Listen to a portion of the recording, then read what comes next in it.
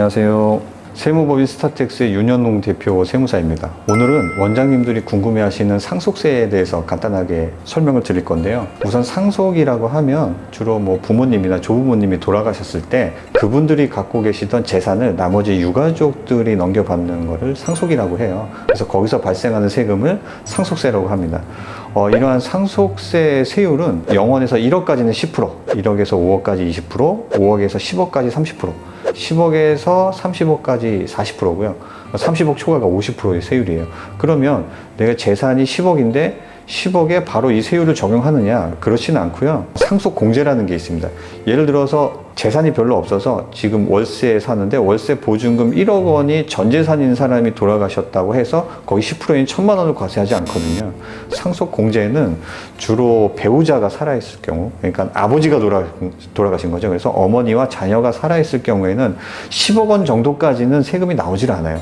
10억 원이 넘더라도 배우자가 상속받는 부분이 크다고 하면 최대 35억 원까지도 세금이 안 나올 수 있어요. 상속 같은 경우에는. 그리고 만약에 배우자만 남았다. 배우자만 남고 그 자녀가 없다. 그래서 남편이 돌아가셨을 경우에는 최소한 7억 원 정도까지는 세금이 안 나오고요. 많게는 32억 원까지 배우자 공제액에 따라서 세금이 나오질 않습니다. 만약에 부모님이 전부 돌아가시고 자녀만 있어요. 자녀가 상속을 받게 됐다고 한다 그러면 최대 상속 공제액은 한 5억 원 플러스 알파가 될 것 같습니다. 한 요 정도까지는 세금이 안 나오기 때문에 실질적으로 상속세를 낸다고 하면 과거에는 어느 정도 좀 돈이 있는 부자들이 내는 그 세금이었어요. 근데 이러한 상속공제 또는 상속세율이 제정된 지가 수십 년이 됐거든요. 그 당시에는 30억이니 50억이니 갖고 있었으면 굉장히 재산이 많은 분들인데 요즘은 아시겠지만 서울에 아파트 한두 채만 있어도 부자라고 할 수는 없지만 한 채당 10억에서 20억 정도 가기 때문에 지금은 상속세가 꽤 부과가 되고 있습니다. 시간은 국세청 편이죠.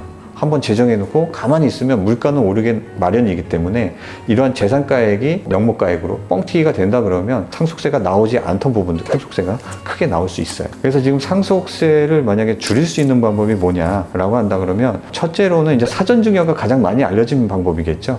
만약에 오늘 아버지가 돌아가셨을 때 아버지의 현재 재산을 상속세로 계산을 하는데 만약에 돌아가시기 한 달 전에 급하게 자녀들한테 한 10억 정도 증여를 했대요. 그러면 돌아가신 시점에서는 원래 갖고 있던 재산에서 10억이 빠진 상태잖아요. 그러면 이 빠진 상태의 상속 재산에 대해서 상속세를 계산할 거냐? 그게 아니라 한 달 전에 증여했던 재산까지 다 합쳐가지고 이게 아버지 재산이다라고 상속세를 계산한 다음에 증여세 이미 낸 부분을 빼주죠.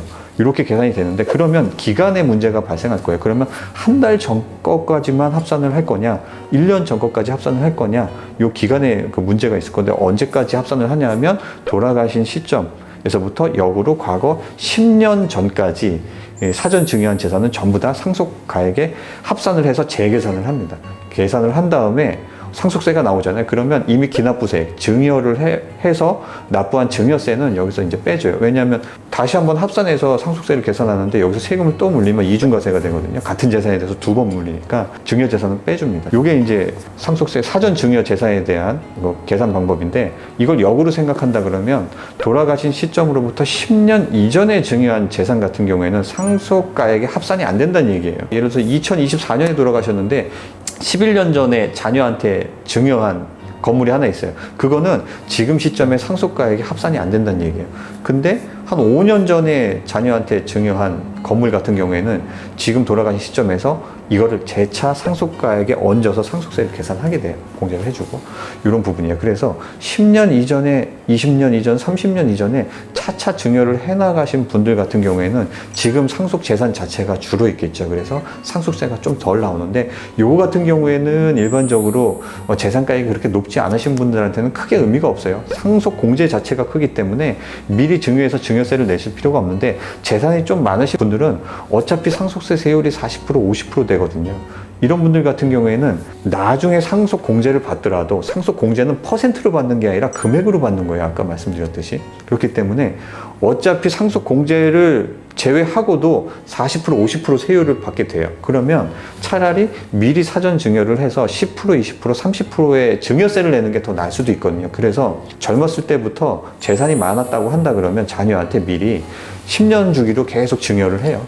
이 증여할 때도 미성년 자녀한테 증여세가 부과되지 않는 2천만 원까지만 증여하시는 분들이 있어요. 예를 들어서 나는 나중에 사망했을 때 50% 이상의 상속세를 부과해야 되니 지금 10%, 20%, 30%의 세율을 부과할 만큼 5억, 10억 증여를 하면 되는 거예요. 그게 이득이거든요.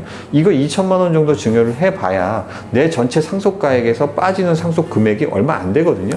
그러니까 절세 효과가 별로 없어요. 그래서 충분한 금액을 사전 증여하는 게 유리하다고 저번 시간에 말씀을 한번 드렸었는데, 그래서 자산가들 같은 경우에는 딱 10년 전이 아니라 20년, 30년 전부터 미리미리 증여를 이렇게 하시는 분들 볼 수 있을 거예요. 뭐 흔하진 않지만 주변에 아버지한테 요번에 뭐 결혼할 때 얼마를 받았다, 아버지가 뭐 상가 하나를 증여해 주셨다, 이런 부분들이 미리 이거 세금 지금 당장 내고 이거를 왜 증여를 해주지? 그분들은 재산이 더 많은 거예요. 그래서 나중에 그 상속세 폭탄을 줄이기 위해서 미리 많은 증여세를 내가면서 사전 증여를 하고 있는 거죠. 그리고 두 번째는 뭐가 있냐면, 우리가 항상 건강하다가 때가 돼서 돌아가시면 가장 그게 베스트지만 오랜 기간 투병을 할 수도 있거든요. 그러면 병원비가 굉장히 많이 나옵니다. 그럴 때 자녀들이 효도한다고 해서 병원비를 계속 이렇게 내드리면은 모두가 훈훈하고 보기는 좋겠죠. 근데 나중에 상속세를 부담해야 되는 입장에서는 조금 안 좋을 수 있어요. 뭔 얘기냐면 1억, 2억 정도의 병원비가 든다라고 하면 아버지 재산에서 만약에 냈다고 하면 이 상속 재산이 줄어드는 효과가 있거든요. 근데 만약에 자녀들이 병원비를 내준다고 하면 아버지 재산은 그대로 있어요. 그러면 나중에 이거 상속세 50% 맞는 거거든요. 그러면 자녀들이 병원비를 대신 내줬으니 이건 상속세 가액에서 빼주십시오. 안 됩니다. 그거는 자녀들이 내준 거죠. 그래서 병원비 같은 경우에도 아버지 재산에서 결제하시는 게 좋고요.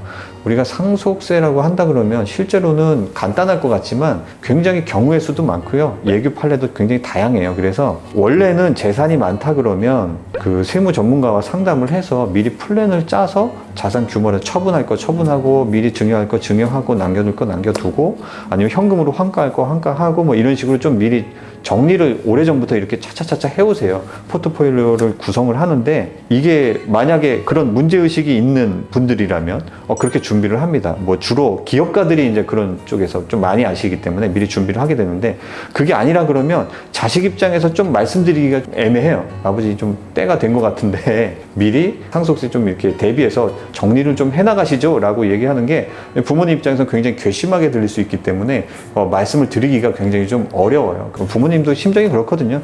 내가 사망했을 때 자녀들이 막대한 상속세를 물기를 원하지는 않거든요. 그런 부분들을 잘 설득하셔서 자산 구성을 잘 배분해 두시면 좋을 것 같습니다. 감사합니다.